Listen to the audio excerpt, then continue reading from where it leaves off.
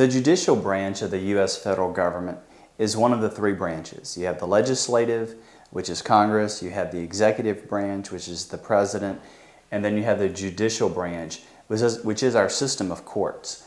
And the highest court in our land is which court? The Supreme Court. The Supreme Court. And where does the Supreme Court meet? In Washington, D.C. In the Supreme Court building. It was a trick question. Okay. And they have a bunch of steps out in front, and it looks something like this. See, we'll get a roof there. Keep the rain off their heads. How many Supreme Court justices are there? There's 9. 9 Supreme Court justices. And who appoints them? The president? The president. The president makes the nominations, and then Congress has to vote to approve them. And how long do they serve? How long do Supreme Court justices and all federal judges serve? Don't they serve for life? They do. They serve for life. So they can choose to retire, and a lot of times they'll choose to retire at a time when a president of the same party that appointed them is in power to kind of preserve the balance of power, if you will, between parties on the Supreme Court. And sometimes they may die in office, in which case the current president would appoint them. Now, aside from the Supreme Court, below that, there are courts of appeals. And there's one court of appeals for each judicial circuit in the country. Now, how many of those are there? 13? There are 13. So there's 13 courts of appeal that feed cases into the Supreme Court. Now, underneath Court of Appeals, the lower level are district courts. And how many district courts are there in the country? Like 94. 94. Very good. There's 94 district courts. And so cases that are heard at this level, some of them are appealed to this level, and some of those are appealed to this level. Now, how many cases do you think the Supreme Court are put to the Supreme Court, and where the Supreme Court is asked to hear these cases in a year? How many laws? A couple hundred? 4,500 are presented to the Supreme Court. But they don't hear 4,500. They only hear about 200 a year. And so there aren't that many cases that are heard by the Supreme Court relative to the demand. But they choose cases that are benchmark cases that would kind of explain possibly a controversial area of law.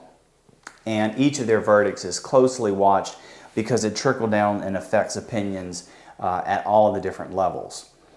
Now, when you think of the judicial branch, you think, well, what did they do? Because Congress makes the law, the president enforces the law. What the judiciary does is they explain the laws, okay, or they interpret the laws. And the way they do that is they make judgments. And so Congress will make a law, and it'll be applied to a certain situation.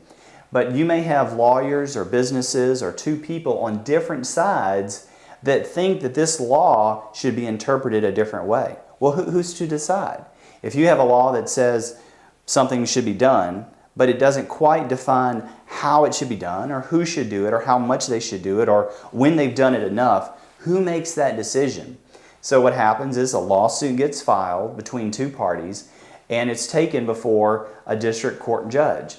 And they hear out the matter, and they decide through their understanding, their interpretation of the Constitution, through looking at other laws that have already been passed and judgments that have been rendered, and they make a decision on how the law that Congress passed should be interpreted. And that settles things.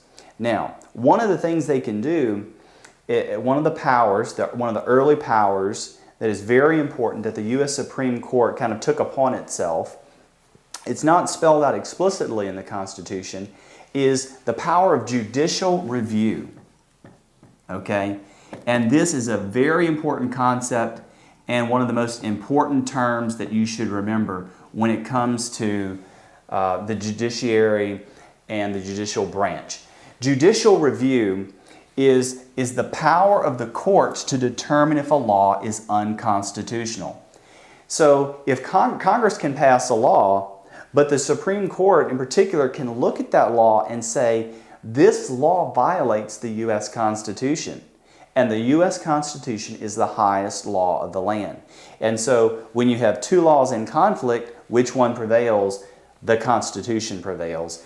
And the Supreme Court is there to make sure that Congress doesn't pass laws that are unconstitutional. And if there's a question of, is this law constitutional, the Supreme Court makes the decision. And effectively, whatever they decide is supposed to be the correct answer on the constitutionality of a given law.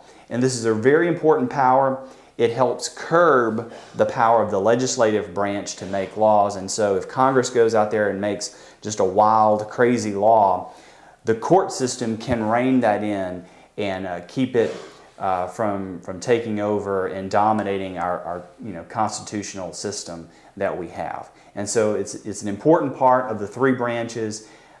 It's to protect our liberties and make sure that Congress or the President don't trample roughshod over them. Some of the judgments can be controversial, and people can say that a judge abuses their power. But the intent of the Constitution was to divide the powers and to make it where each side had a different strength and it would be balanced across the board. And so this is the Judicial Branch, and they explain the laws that Congress makes.